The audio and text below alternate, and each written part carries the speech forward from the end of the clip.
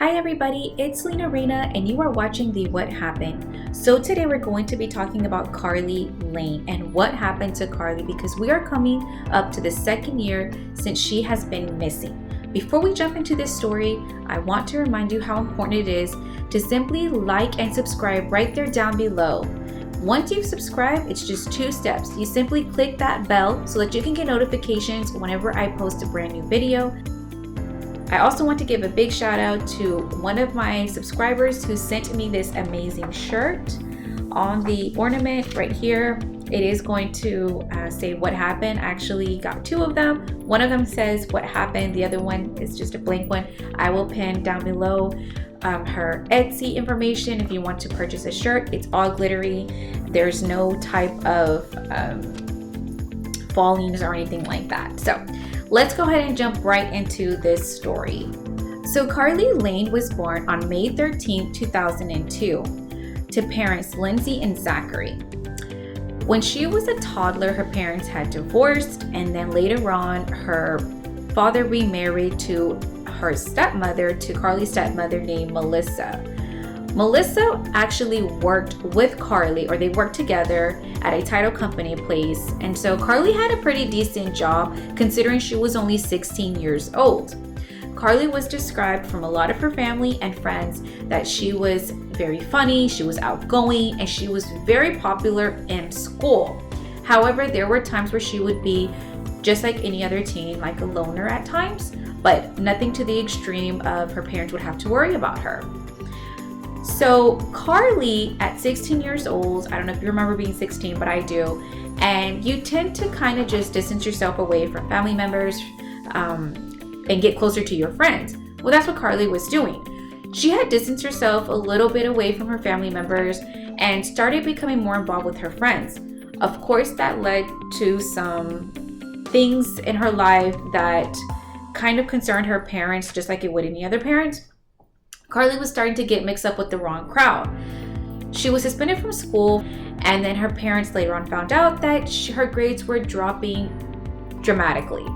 So both of her parents, including the stepmother Melissa, agreed to place Carly into counseling, where she was able to speak to a counselor and talk about if anything was ever troubling Carly that led up to her disappearance and prior to that. On October 12, 2018, Carly had asked her stepmother Melissa if she could attend a football game at her high school. But she had actually planned to go to a house party instead with her boyfriend, and obviously deceiving her parents. Unaware of what her stepdaughter was doing and her real motives, Melissa granted her permission to go to this football game because that's what she thought Carly was going. At around 8 p.m., Melissa called Carly and asked her if she needed a ride home from the game. That's where Carly informed her that her boyfriend at the time would be taking Carly home and dropping her off. Just a few minutes later, around 8:30 p.m. that night, Carly called her stepmother back, Melissa, in a frantic mode, begging her to please come back and pick her up, and told her that she changed her mind. Melissa asked her what was going on because she was very adamant about Melissa picking her back up. Carly quickly informed her that she lied to her stepmother and that she was at a trailer park where the party was being held at. Melissa told her she would be right over, and Carly asked her and begged her to please not to hang up and to stay on the phone with her while she was leaving the trailer area. When Melissa spotted her, Carly jumped right into the vehicle, and Melissa described Carly was thinking that somebody was trying to follow her and somebody was trying to hurt her. When they arrived back to Melissa's home, where Carly shared with her father, Zachary, her father, was already home at the time. So Carly continued to just act strange. She would go into the corners, she would hover herself, she would say to give her some time, that she needed to be away from them, and she continued to say that someone was following her and wanting to hurt her. That is where the father continued to ask her questions. What was wrong? What happened at this party? Because nobody knew that she was even at this party. That's whenever it came out, Carly finally said that when she calmed down a little bit, that she had smoked some marijuana at this party, but she wasn't sure if it was actual marijuana or if somebody had put something in it, some type of other stronger narcotic that caused her to become delusional and thinking that people were trying to attack her. Now, there's not many reports stating that Carly and Melissa ever had feuds with each other.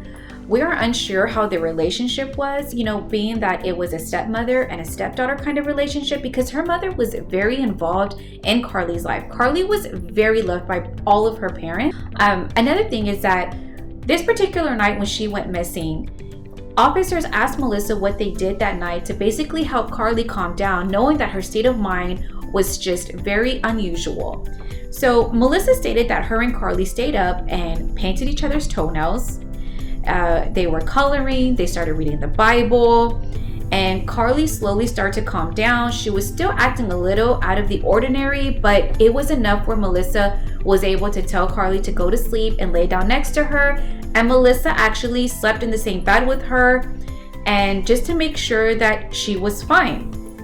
So again, we are unsure of their relationship because there is a lot of misconception that Melissa was jealous of her, and then there's other people that say no, that's not accurate, that Melissa loved her like she was her daughter. On October 13th, 2018, the morning that Carly disappeared, investigators had interviewed Melissa, and later on, Melissa actually was interviewed. She decided to go on a few shows such as Dr. Phil and Dateline, and she informed them that she did in fact lie the morning that Carly disappeared. Now, these are the actual events that took place and that are on police record. So at 5:48 a.m., Melissa woke up briefly to see if Carly was laying next to her, and she seen that Carly was there, so she fell back asleep. Between 7:15 and 7:30 a.m., she woke up to find that Carly was gone and that the front door was slightly open, but not completely all the way open. She was very worried, obviously. She woke up her husband Zachary, informed him that the door was cracked open and that Carly was no longer there, that she had just disappeared. They immediately scoured the area, started looking for her. They drove around several areas where they thought that she would be at. They walked, they did whatever they could. They were unable to find her. It was then that Zachary had contacted Carly's real mother and informed her what had happened. And it was then that her mother, Lindsay, had informed Zachary to please go ahead and call 911. And why hasn't anybody done that yet? Because it was already 9:35 a.m. So it was already been about 2.5 hours before law enforcement was even called. So obviously with this case, I didn't hear too much about it. I've just only seen like missing person report. And you would have to be from the area to have known that Carly was missing. And this is the reason why. There were no Amber Alerts at all during Carly's disappearance. And I'm going to tell you why.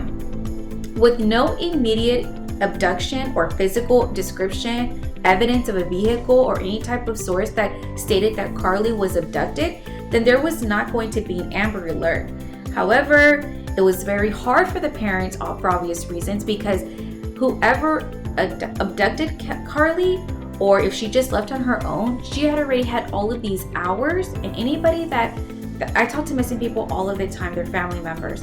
And this is very crucial. Time is of the essence during a missing person. Investigators then went to Carly's home where she was either abducted or just missing or vanished. And they found no indication of forced entry, okay? Carly had left behind all of her personal belongings. So this obviously indicated that she was not planning to leave for a very long time. She left her cell phone, her glasses, her money, her keys to her home, like her house key and things like that. So the FBI at this point finally got involved. The Sheriff's Department, they finally got involved. National Centers for Missing and Exploited Children were brought in as well, because this was a very little area where Carly went missing in California. It's a very small area. So they don't have a lot of resources like big cities do. Officers then briefly spoke to her close friends and family members and relatives and things like that, who stated that Carly had never talked about running away or that she ever had issues with anybody, from the family or friends. I also want to say that there were some online things, some theories that were going on, that Carly was seen earlier that morning walking in the neighborhood, or leaving the area, and it turned out that it was Melissa. Again, I don't know, these are possibly just theories. I just want to throw that out there. At the end of this video, we are also going to talk about the different theories. So immediately after her disappearance, a week-long search had went on, and these are the type of resources that they had off-road dogs, cadaver dogs, you name it, they had it there. They had 60 police officers as well, and a bunch of friends and family who went out and just volunteered to search for Carly. But on October 25th, 2018, the efforts were officially suspended, and it just basically stopped the search party because there was no indication that something happened to Carly.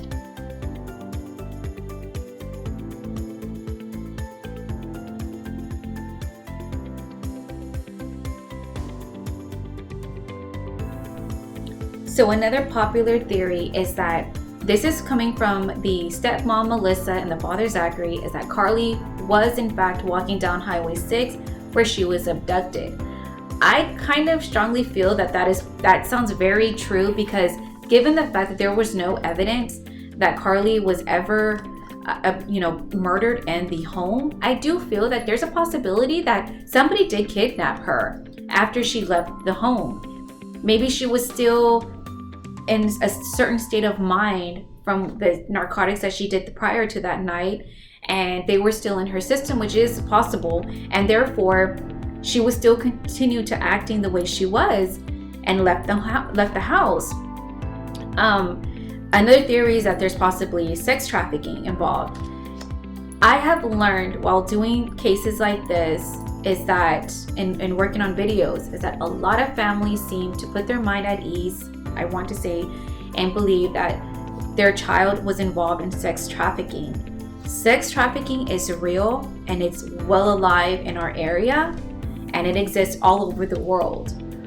So yes, sex trafficking can definitely happen, but a lot of people tend to think that that's not true and it doesn't exist. So therefore, families just say that to themselves so that they can quote unquote make themselves feel better.